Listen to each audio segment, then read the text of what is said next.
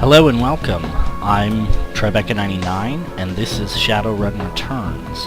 I'm going to be doing a full game walkthrough and playthrough on the hardest difficulty, very hard difficulty, and I'm also going to be doing what I would call a solo playthrough or an elite solo playthrough, where I'm going to do my best not to hire any runners at all throughout the game. I'm going to be running solo, basically. So that's just to increase the difficulty a little bit. On my first playthrough of this game, which I didn't record, I found I enjoyed the game very much, but it was not especially challenging.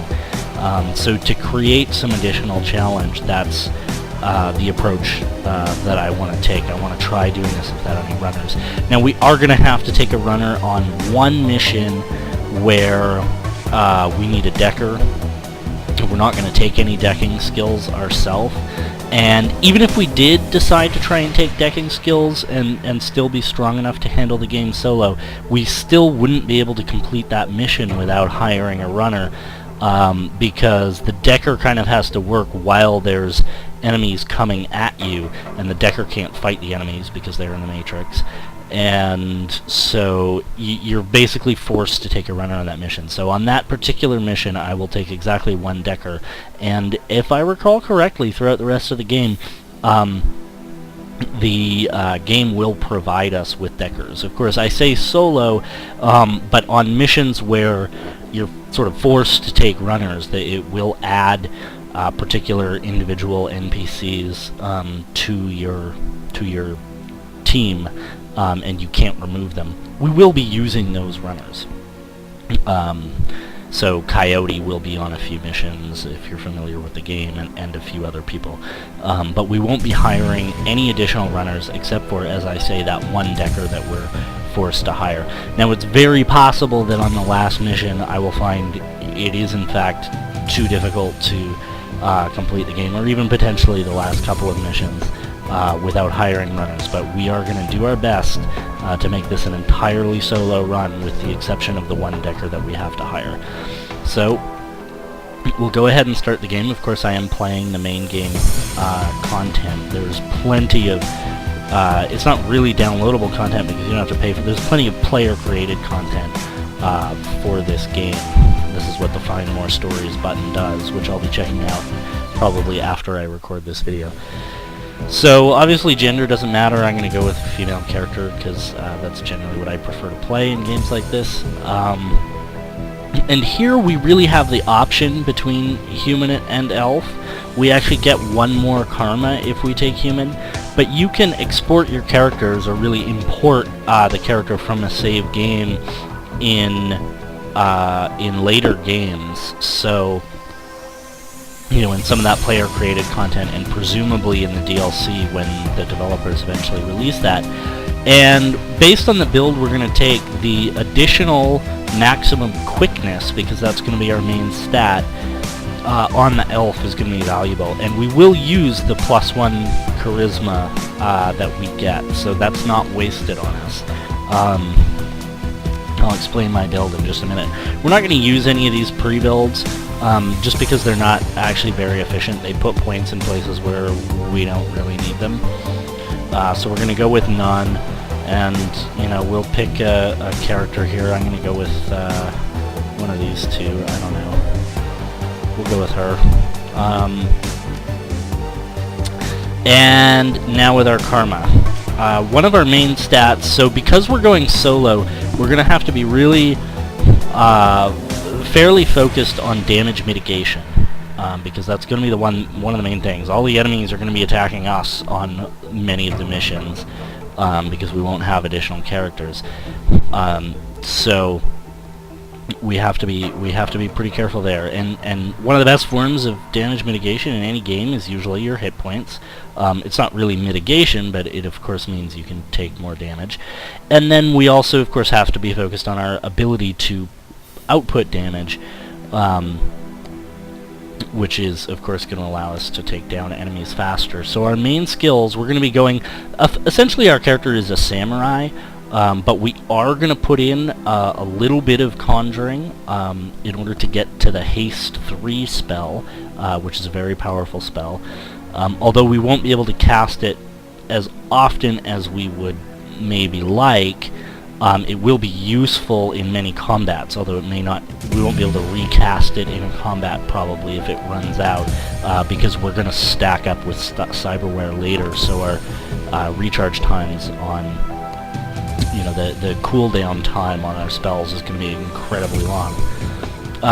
So here we will go with 3 ranged combat as well, because we are going to go with rifles. Now, it was really a toss-up for me between rifles and shotguns.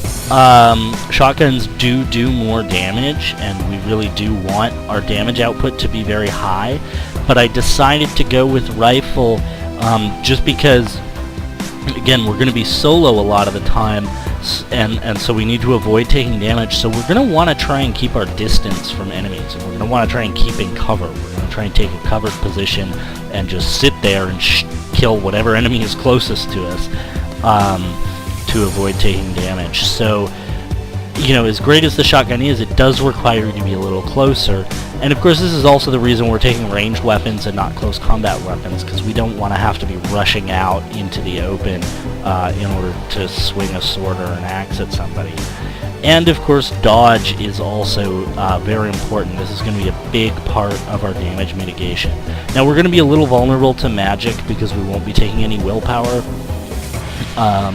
So we will probably try and focus fire on mages when they show up. But most of the damage you take in this game is from ranged weapons, so dodge should really help us there. One final skill, you can see we only have 2 karma left. We've taken most of our skills.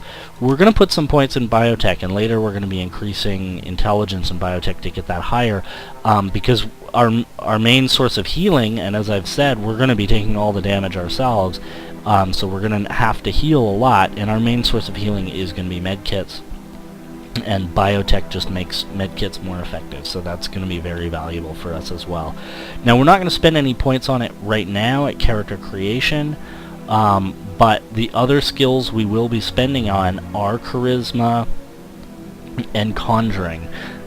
So basically, we're going to wait until, I believe it's the Haste 2 spell becomes available, as well as the spell Smoke, which we're going to use whenever we can. Again, our recharge times will be our cooldown times will be very long on those spells because we're going to have cyber, but they're going to allow us at key moments to gain a strategic advantage. Smoke reduces enemies' chance of hitting you by 15%, which is a pretty big number, and we're going to be focusing on having a high dodge stat throughout the game, so it should make us pretty hard to hit and mitigate most of the damage that we will take.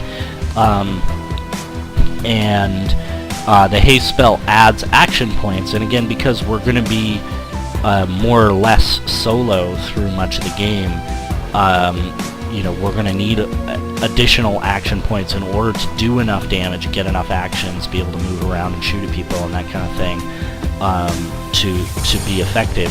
So we are going to go ahead we're going to cap out our conjuring probably at level 4, which gives us the haste 3 spell, it costs 2 action points to cast and gives us an additional action point for 4 full turns. So that will last through a considerable portion of the early part of a combat, usually when you enter a room. And then once we're finished with the combat, even if not everyone's, if we clear a room, we can often just wait and sit there and let turns go by until we're ready to move, until that regens, and we can move on to the next room and take on the next group of enemies. So that's kind of how we're going to be trying to do this. But because charisma, or rather conjuring, is not going to be very useful for us really at all until we get it to level 3, and until that spell's available. We're going to wait till that spell's available, and then we're going to dump the necessary, I think it is 9 karma to get ourselves up to Conjuring 3. And then again, when the next tier of spells becomes available, haste 2, and then when the next set of, when we get to haste 3, we'll be able to, we'll spend that 8 points to get ourselves to Conjuring 4. We also, and I haven't completely decided yet, we may at some point spend 6 points on spirit summoning. We'll make that decision a little later, and the point of doing that is not really to summon spirits, because they cost you an action point. It's to get this totem, which will give us an occasional heal. It will heal the last damage we took. And again, like, and that's, you know, all of our other healing basically is going to be coming from medkits, which are expendable. This will give us a non-expendable heal, which may become very important later in the game. So that's going to be our build, and here we are ready to start. And, oh right, we get to start with an etiquette. Generally, in the early part of the game, the etiquette that's going to be most valuable to us, I think, is security, because we're going to be dealing with the police a little bit. And then we're going to get one more. I don't think it makes a huge difference which one we pick for our second etiquette, but we can come to that decision when we get there. So, of course, I will be Tribeca 99, and here we go.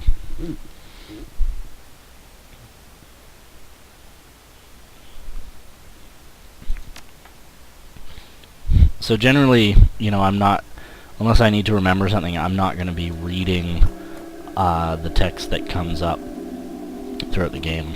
If you want to follow the plot line of the game, you can play it yourself, which I assume you'll be doing if you're watching this video. This is really more about the combat strategy and build strategy of the game.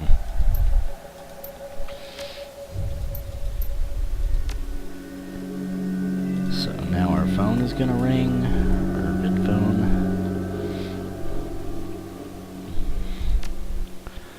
And it's our old friend Sam, except that he's dead. And now we remember the night some other runner died when we were with Sam. And yeah, we can talk to people. And we can talk to New Larry.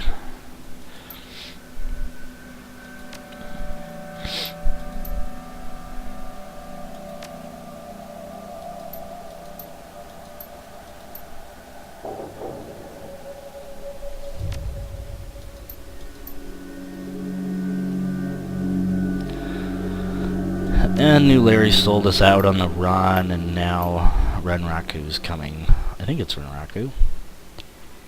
Yeah.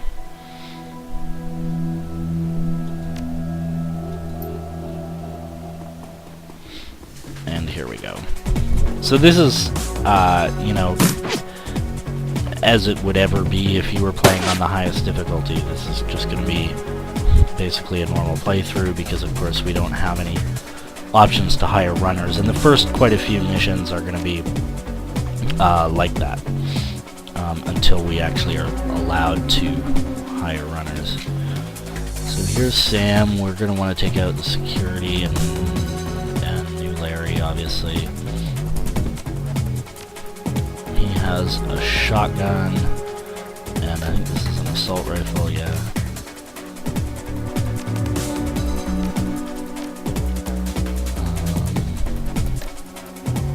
Might be worth using the spray and pray, or actually the shotgun has range too. I'm gonna go ahead and get in cover against these guys though. 1, 2, 3, 4, 5, 6. So the shotgun has higher chance to hit here, and it should hit. You know, it has a chance to hit both of these guys. And we're gonna go ahead and try and kneecap them, and we're gonna miss. Now, we have an SMG, which is annoying because we specialized in rifle, but that's life.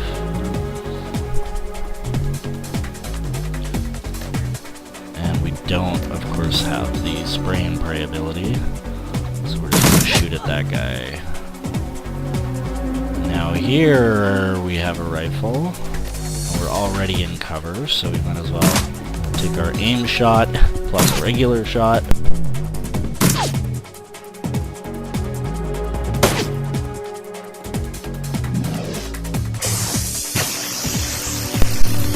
Ouch, that was annoying. New Larry. Alright, try to kill them here.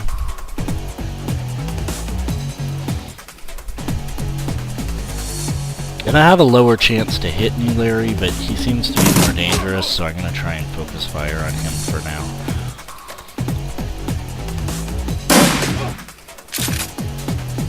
So far, so good.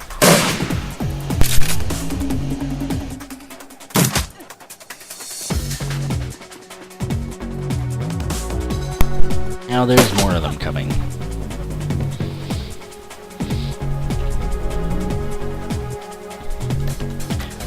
But we will continue trying to kill Larry for now.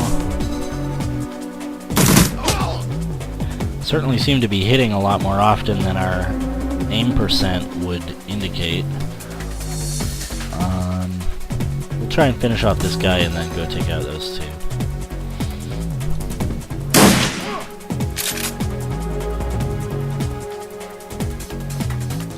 We're out of ammo, so we'll switch to our SMG. We don't need the spray and pray though.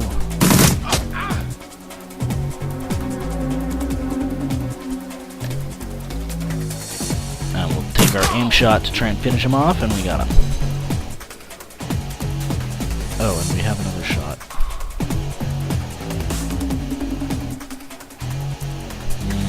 I'm gonna go ahead and heal because I'm fairly badly injured.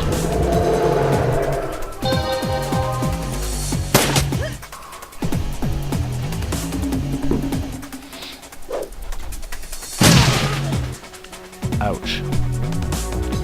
Oh, look, somebody's dying. Oh, just to be nice, I'll use the trauma kit. I don't really care about you, but...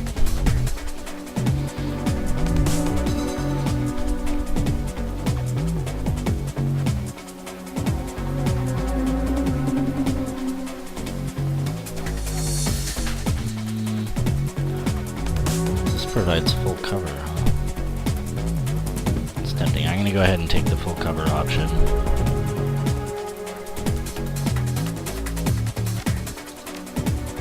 Still need to reload our shotgun, which I don't want to take the time to do if I don't have to.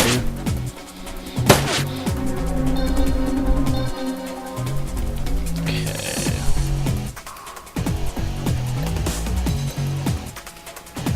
Anyone got a med kit? Other than me? Just me.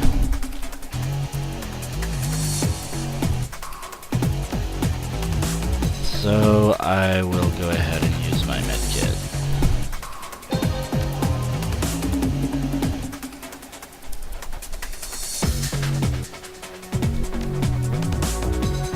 And now we're reduced to a pistol.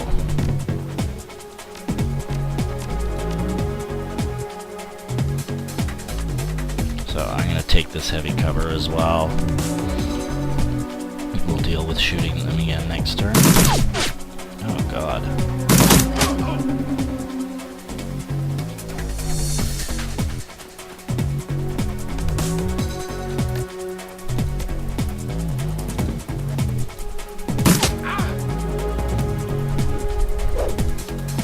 Ouch. That's the problem with stacking up like that.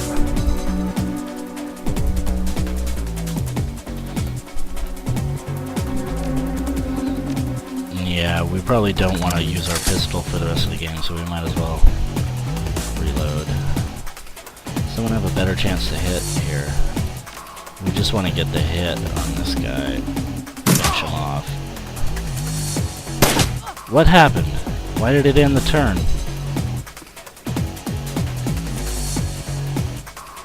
Oh, it didn't end the turn. That was just weird. Okay.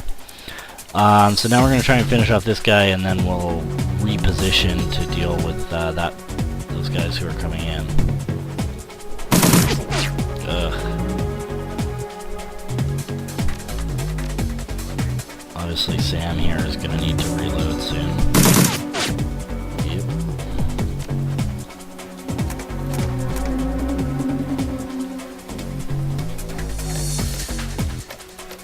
And what other spells do we have? We have haste 1, but that's not a huge bonus. In terms of AP, you actually don't net anything using that skill, so I don't know exactly why you'd bother with it.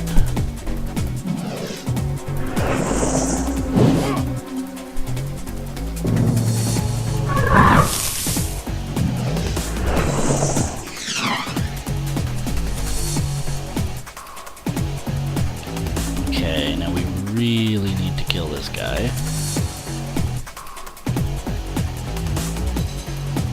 Go ahead and bring everyone around to the other side of this thing.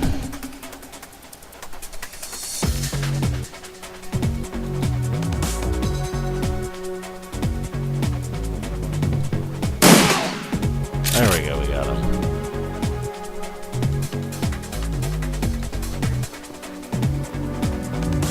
We just need to have cover with respect to these guys.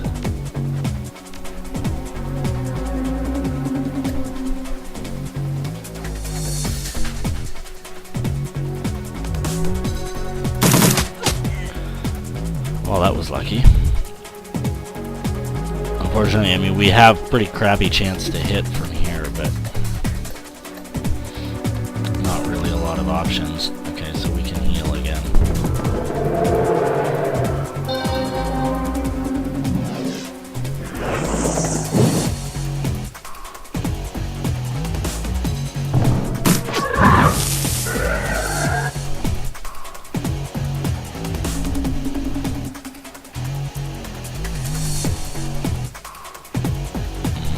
Mage or shaman?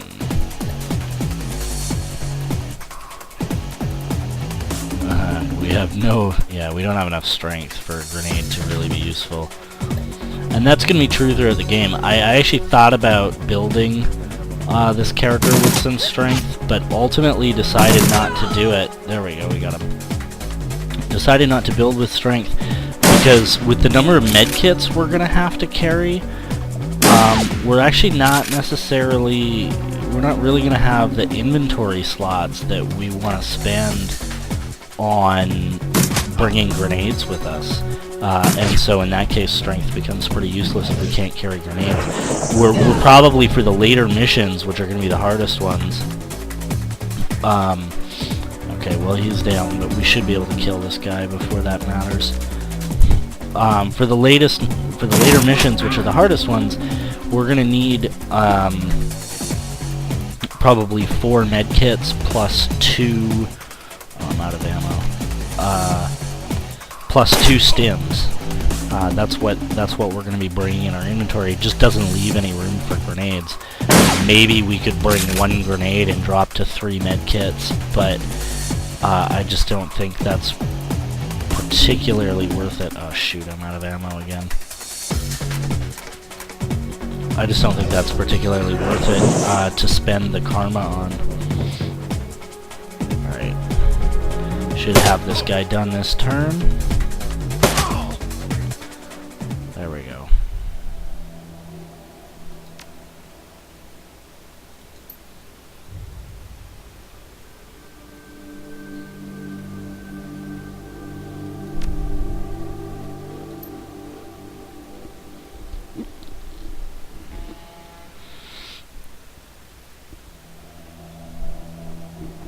Okay, so that is complete.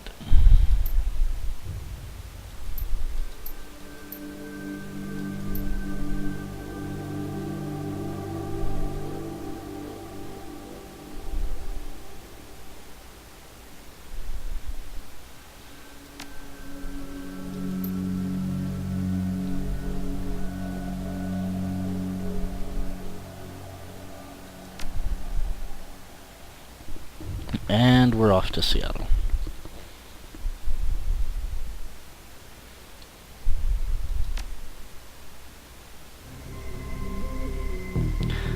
Okay, I'll end this first video here, and and we will start this next area in the coroner's office in Seattle with the next video. So thanks for watching.